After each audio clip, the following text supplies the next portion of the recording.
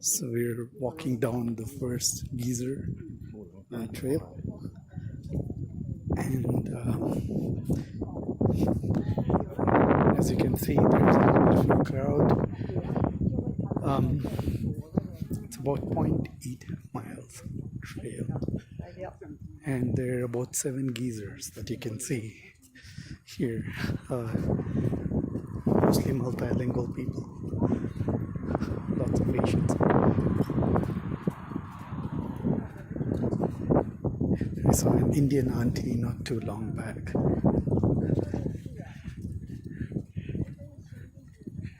There's another one.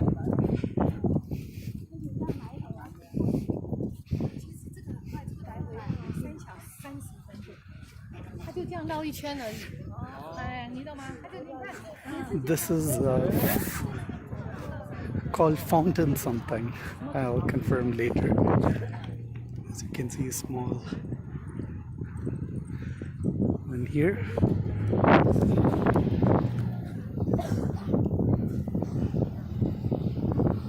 Now I can sense strong sulfur smell. As you can see, the steam's coming out of this big geyser already. There's some people taking pictures.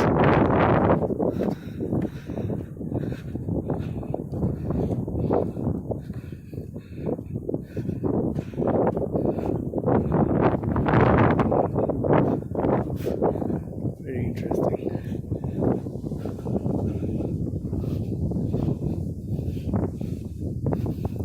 I can almost see a prism in this one too.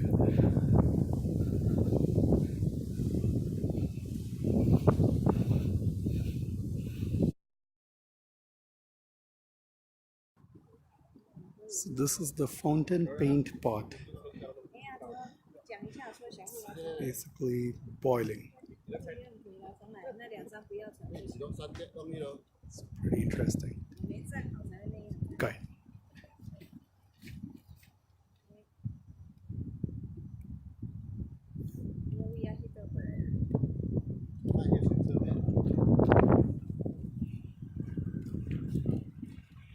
So we are in a long row of cars now, and every car, I think, is looking to find a parking spot for one of the most, if not the most popular spot, along with the Old Faithful in the whole Yellowstone River. It's called the Grand Prismatic Spring. I've seen videos of it. It looks gorgeous. However, I was told that it might be difficult getting parking here, so it's not surprising that there's a long wait. And in fact, I thought some people were pretty clever by parking a little further off so that they could just walk over. Maybe I should have done the same, but hey, there's a first time for everything, so we're trying to figure out what's the best way to get to this spot. So more when I reach it.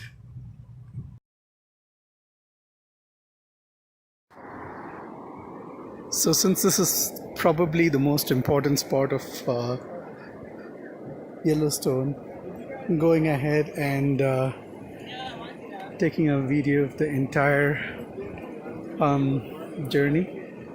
So there are a couple of people who just walked in and touched the water here, which was really not allowed, because as you can see, there's some hot water coming in.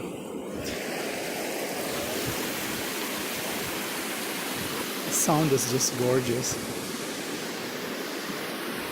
Streams flowing into this river here. And as you can see, they're steaming, so which means they're pretty hot. Here's a close-up of the water going by.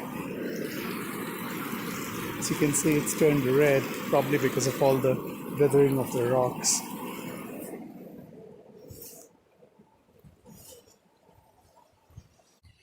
Weather looks interesting. Now I think we're going to get to the highlight right here. I can see the steam puffing through the geysers.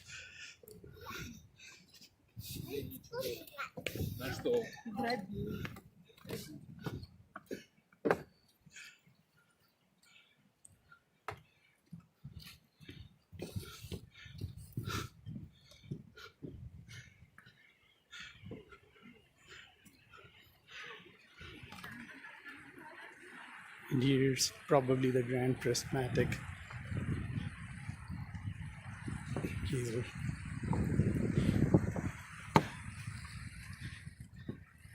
We've seen smaller scales of these at other places.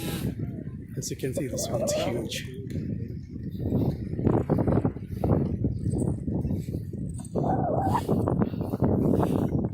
Some little visitors too.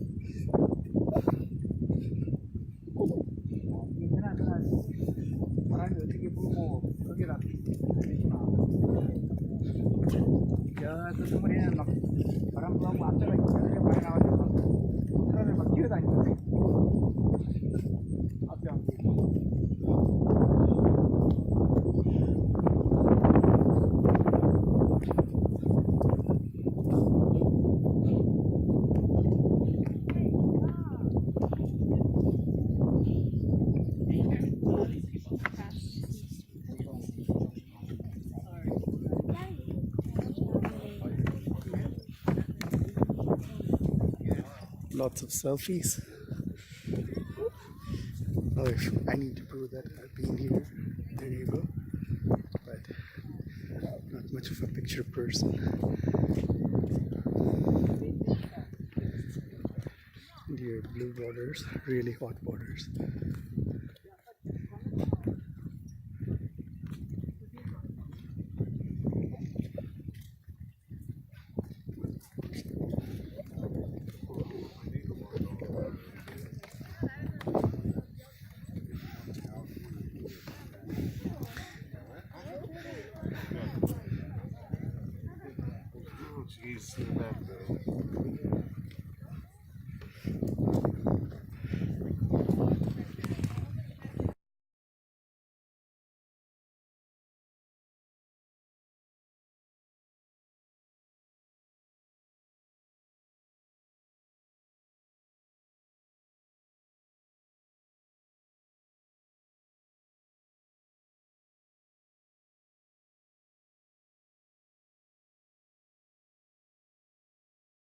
So what we saw was the Excelsior geyser, and now we're looking at the Grand Prismatic Spring, which, like I said, is the most famous. Some bacterial mats here. It's so calm.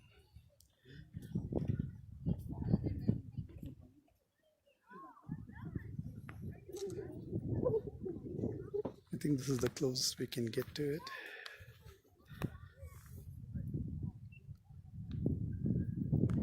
So I'm going to zoom in a little bit.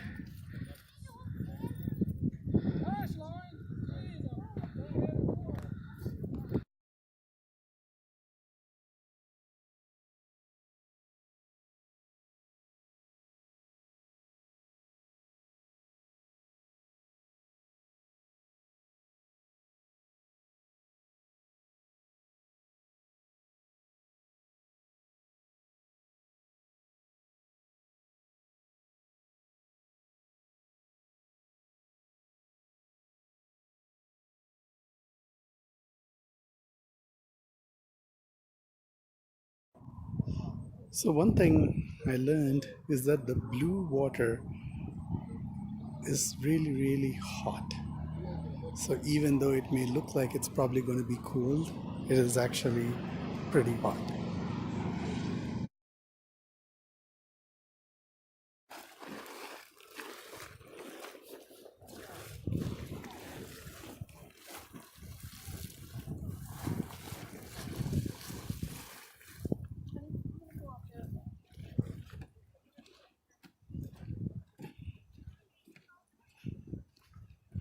I'm going to stop here because this seems very similar to the Grand Prismatic Spring, except that, or the Excelsior geyser, but just not as big. And this is a rainbow pool here.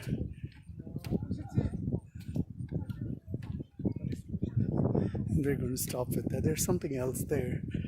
Must be a continuation of the rainbow pool. There's something about the calmness of this creek here Just the different sounds of the water joining in into the stream. It's amazing and gorgeous. Once these people pass, I'll let you hear sounds of nature. Each one has its own. The stream here, that stream there, and this one here, as it just chisels through the rocks over millions of years. We're now at Cliff's Geyser, and then look at it spouting. Spouts frequently, and we just caught one of its fountains, Cliff Geyser.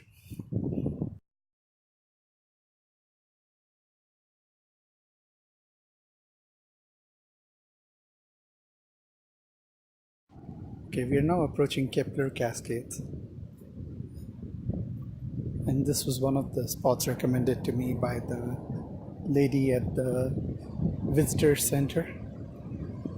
Oh, there you go. That's why. So you can see some beautiful waterfalls. They're actually gorgeous waterfalls.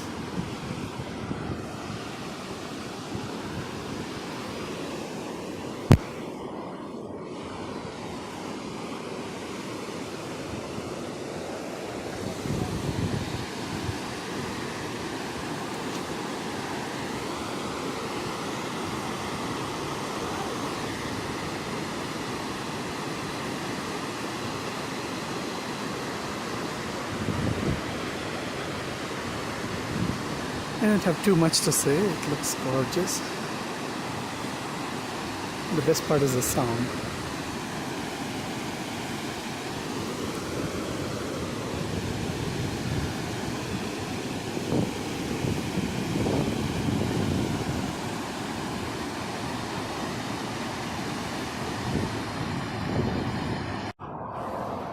A ravine, almost like a canyon that is going to start becoming a waterfall right there.